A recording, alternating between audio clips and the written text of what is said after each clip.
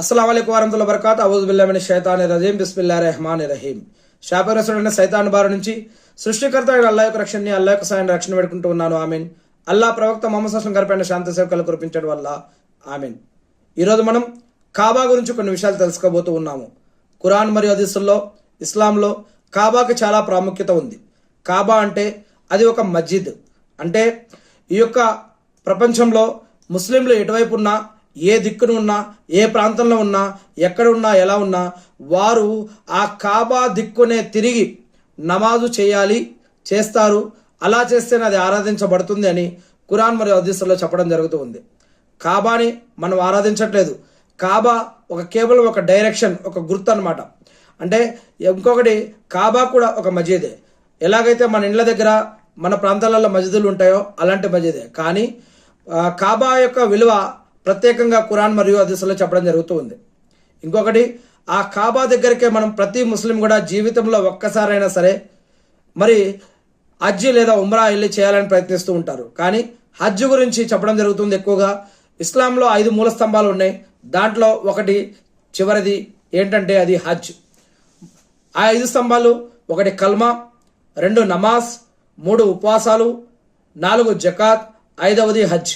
ఈ యొక్క హజ్లో ఈ యొక్క హజ్ అనేది ఖచ్చితంగా సౌదీ అరేబియా నగరంలో, అక్కడ మక్కా నగరంలో ఉన్నటువంటి కాబా దగ్గరికి వెళ్ళి చేసేది ఈ యొక్క హజ్ అనమాట. ఇక ఈ యొక్క కాబా గురించి కొన్ని వివరాలు మనం చూసినట్లయితే కనుక, మొట్టమొదటిగా కాబాని, దానికంటే ఈ యొక్క కాబాకి పైన 7వ ఆకాశం పైన, 7వ ఆకాశం మీద సిద్రతుల్ ముంతహా దగ్గరలో బైతుల్ మమూర్ అనేటటువంటి ఒక మస్జిద్ ఉంది. అది సేమ్ కాబా లాగా ఉంటుంది.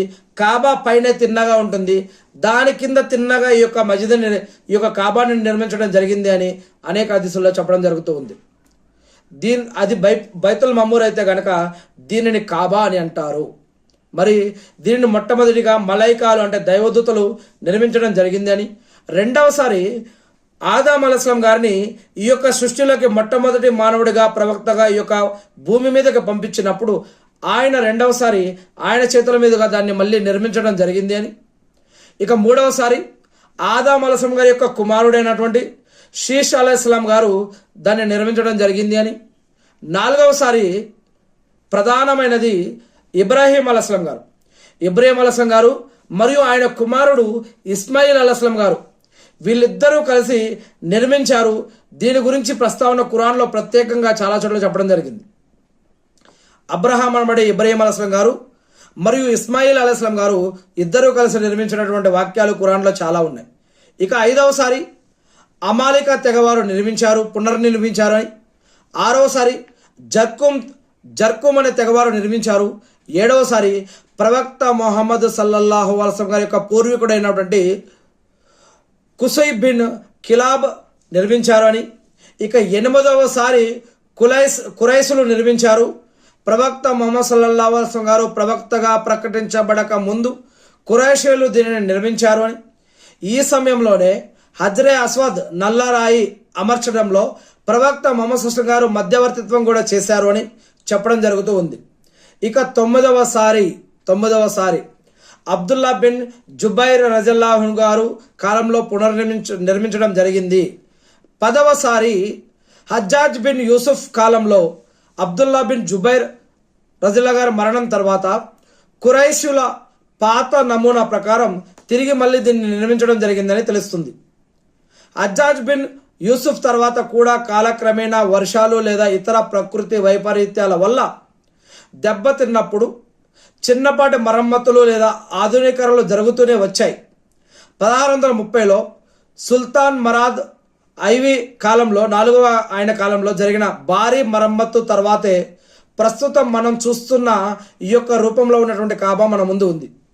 ఏది ఏమైతేనేమి, ఖురాన్ మరియు హదీసుల ఆధారంగా ఖురాన్లో 2వ అధ్యాయం 127వ వాక్యం చూసినట్లయితే ఇబ్రాహీం అలైహిస్సలాం గారు మరి ఆయన కుమారుడు ఇస్మాయిల్ అలైహిస్సలాం గారి గురించి చెప్పడం జరుగుతుంది. పునాదులు లేపారు అని. ఇబ్రాహీం మరియు ఇస్మాయిల్ అలైహిస్సలాం గారు ఈ గృహ పునాదులను లేపుతూ, ఓ మా ప్రభు, మా నుండి దీనిని స్వీకరించు, నిజంగా నీవు అన్నీ వినేవాడవు, అన్నీ తెలిసినవాడు అని ప్రార్థించారు. మరియు అక్కడ ఒక ప్రత్యేకమైనటువంటి ప్రార్థన కూడా వారు చేశారు. ఇకపోతే ఖురైషీల కాలంలో జరిగిన మార్పులు కూడా ఇక్కడ చూడొచ్చు మనం. ప్రవక్త ముహమ్మద్ సల్లల్లాహు అలైహి వసల్లం గారు ఆయనకు 35 ఏళ్ల వయసు ఉన్నప్పుడు ఒక పెద్ద వరద కారణంగా కాబా గోడలు దెబ్బతిన్నాయని, అప్పుడు ఖురైషీలు దానిని పునర్నిర్మించారు అని, ఆ సమయంలో జరిగిన ఒక ముఖ్యమైన మార్పులు కూడా చెప్పడం జరుగుతుంది. ఆ సమయంలో 3 మార్పులు జరిగాయి. ఒకటి హలాల్ సంపాదన విషయంలో, హాతిం నిర్మాణం విషయంలో, అజ్రే అస్వద్ వివాదానికి సంబంధించినటువంటి 3 సంఘటనలు జరిగాయి. కాబా నిర్మాణానికి కేవలం హలాల్ ధర్మ సంబంధమైన నీతి నిజాయితీగా సంపాదించిన డబ్బునే వాడాలి అని నిర్ణయించుకున్నారు. ఒకటి. రెండవది హాతిం, అంటే మన కాబా దగ్గర ఒక చిన్న ప్లేస్ ఇలా ఉంటుంది కదా, ఈ యొక్క హాతిం నిధుల కొరత వల్ల, కొన్ని డబ్బుల కొరత వల్ల ఈ యొక్క హాతిం అనే ఈ యొక్క ప్లేస్ ఏదైతే ఉందో ఈ యొక్క వైశాల్యం కొంత భాగాన్ని వదిలేసి గోడ కట్టారు. ఆ వదిలేసిన అర్ధ వృత్తాకార భాగాన్ని ఇప్పుడు హాతిం అని అంటారు. ఇది కూడా కాబాలో భాగమే అనమాట. ఇక అజ్రే అస్వద్ అంటే నల్లని రాయి, ఎవరు అమర్చాలనే విషయంలో అక్కడున్న తెగల మధ్య గొడవ వచ్చింది. అప్పుడు ముహమ్మద్ సల్లల్లాహు అలైహి వసల్లం గారు ఒక చాదర్ని, ఒక దుప్పటిని పరిచి ఆ రాయిని దాంట్లో పెట్టి అందరి తెగలని వారిని పట్టుకోమని చెప్పి అందరూ కలిసి ఆ యొక్క రాయిని అమర్చారు. ఈ విధంగా ప్రవక్త ముహమ్మద్ సల్లల్లాహు అలైహి వసల్లం గారు అక్కడ శాంతిని నెలకొల్పారు. ఇకపోతే అబ్దుల్లా బిన్ జుబర్ రజల్లా గారి పునర్నిర్మాణం గురించి చూసినట్లయితే, యజీద్ సైన్యం దాడిలో కాబా దెబ్బతిన్నప్పుడు అబ్దుల్లా బిన్ జుబైర్ రజల్లా గారు దానిని పూర్తిగా పునర్నిర్మించారు. ప్రవక్త గారి కోరిక ప్రకారం ఆయన కాబాను ఇబ్రాహీం అలైహిస్సలాం గారు వేసిన అసలు పునాదుల వరకు విస్తరించారు. హాతిం భాగాన్ని కాబా లోపలికి చేర్చారు. కాబాకు 2 తలుపులు ప్రవేశించడానికి ఒకటి, అదేవిధంగా అక్కడి నుంచి వెళ్ళడానికి ఒకటి ఏర్పాటు చేశారు ఆయన టైంలో. తలుపులను నేల మట్టానికి సమానంగా నిర్మించారు అప్పుడు. కానీ తర్వాత హజ్జాజ్ బిన్ యూసుఫ్ మార్పులు చేశారు. ఏమని? అబ్దుల్లా బిన్ జుబైర్ రజల్లా గారి తర్వాత వచ్చిన హజ్జాజ్ బిన్ యూసుఫ్ కాబాను మళ్ళీ ఖురైషీయుల కాలం నాటి పాత నమూనాకే మార్చివేశారు. హాతింను మళ్ళీ బయటకు తీసి ఒకే తలుపును ఎత్తులో ఉంచాడు. అప్పటి నుండి ఇప్పటి వరకు కాబా అదే రూపంలో కొనసాగుతోంది. ఇక కొన్ని ఆసక్తికరమైన విషయాలు ఏమిటి అంటే, కిస్వా అంటే కాబాపై కప్పే నల్లటి వస్త్రాన్ని ప్రతి సంవత్సరం జుల్హిజ్జా నెలలో మారుస్తారు. దీని తయారీలో కిలోల కొద్దీ బంగారం మరియు వెండి తీగలను ఉపయోగిస్తారు. ఇక లోపల భాగానికి వస్తే, కాబా లోపల 3 చెక్క స్తంభాలు ఉంటాయి. వాటి ఆ యొక్క చెక్క స్తంభాలు పైకప్పును ఆపుతాయి. గోడలు పచ్చని పాలరాయితో మరియు ఖురాన్ ఆయుతులతో అలంకరించి ఉంటాయి గోడలు. ఇక కాబా తలుపు మరియు హజరే అస్వద్ మధ్య ఉన్న భాగాన్ని ముల్తజం అని అంటారు. ఈ యొక్క ముల్తజం అనే ఈ యొక్క ప్రదేశంలో అక్కడ నిలబడి గనక నమాజు చేస్తే మరి వారి యొక్క దువాలు తొందరగా స్వీకరించబడతాయని నమ్మకం. మరి ఇలాంటి ఇంకా అనేక విషయాలు, కాబాకు సంబంధించినటువంటి విషయాలు మనం ఖురాన్ మరియు హదీసుల ఆధారంగా తెలుగు బుఖారీలో ఇంతకు ముందే చెప్పుకోవడం జరిగింది. నేను ఆ సృష్టికర్త ఆయన అల్లాహ్ను ప్రార్థిస్తూ ఉన్నాను, వల్ల మీ యొక్క దైవానుగ్రహం, అల్లా మీ యొక్క అనుగ్రహం ప్రకారం మేము కూడా హజ్జుమ్రాలు చేసే భాగ్యాన్ని ప్రసాదించడం వల్ల, అలా ఎవరైతే హజ్జుమ్రాలు చేసి ఉన్నారో, అక్కడ నమాజులు మరియు దువాలు చేసి ఉన్నారో, మిమ్మల్ని మెప్పించడం కోసం అక్కడ ప్రయాణం చేసి ఉన్నారో, అక్కడ ఆరాధించి ఉన్నారో, అలా అటువంటి వారి ఆరాధనలన్నీ కూడా స్వీకరించడం వల్ల, అలా మీ యొక్క దాసులందరికీ కూడా వల్ల అది సందర్శించుకొని అక్కడికి వెళ్ళి నమాజ్ చేసే భాగ్యాన్ని ప్రసాదించడం వల్ల, అదేవిధంగా కాబాని మీరే ప్రత్యేకంగా అన్ని విధాలుగా రక్షించాలని మిమ్మల్ని అర్థిస్తూ ఉన్న వల్ల, అల్లా మా యొక్క పాపాలను క్షమించడం వల్ల, అల్లా ఇబ్రాహీం అలైహిస్సలాం గారి పైన, ఆయన కుటుంబ సభ్యులపైన, మూతపైన శాంతశోకాలు కురిపించిన విధంగా, అల్లా ప్రవక్త ముహమ్మద్ సల్లల్లాహు అలైహి వసల్లం గారి పైన, ఆయన కుటుంబ సభ్యులపైన, ఆయన ఉమ్మతపైన శాంతశోకాలు కురిపించి మకామే ముహమ్మద్కు ప్రవక్త గారిని వారసుని చేసి అంతిమ దినం రోజు వసలతా స్థానాన్ని ప్రవక్త ముహమ్మద్ సల్లల్లాహు అలైహి వసల్లం గారికి ప్రసాదించడం వల్ల, ఆమీన్. అల్లాహు అక్బర్.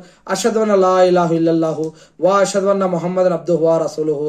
అల్లా మీరు మా ద్వారా ఏవైతే నమాజులు, ఉపవాసాలు, సదకా ఖైరాతులు మరియు ఇతర ఆరాధన కార్యక్రమాలు మా ద్వారా చేపించి ఉన్నారో వాటిని స్వీకరించడం వల్ల, అల్లా మీరు మాపై ఏవైతే బాధ్యతలు పెట్టారో అవి నెరవేర్చడం కోసం కావాల్సిన ఉపాధిని, బరకత్ని, రక్షణని, సహాయాన్ని మా అందరికీ కూడా ప్రసాదించడం వల్ల, అల్లా ప్రవక్త ముహమ్మద్ సల్లల్లాహు అలైహి వసల్లం గారి ద్వారా ఏదైతే ఖురాన్ మరియు హదీసులు, సున్నతులు, జీవన మరియు ఆరాధన పద్ధతులు మాకు ఇచ్చి ఉన్నారో వాటిని మేము తెలుసుకొని, నేర్చుకుని వాటి ప్రకారం మేము జీవిస్తూ మిమ్మల్ని ఆరాధిస్తూ అర్థిస్తూ తెలియని మా సోదరి సోదరులు కూడా తెలిపే భాగ్యాన్ని మాకు ప్రసాదించండి వల్ల ఆమీన్. అల్లాహు అక్బర్.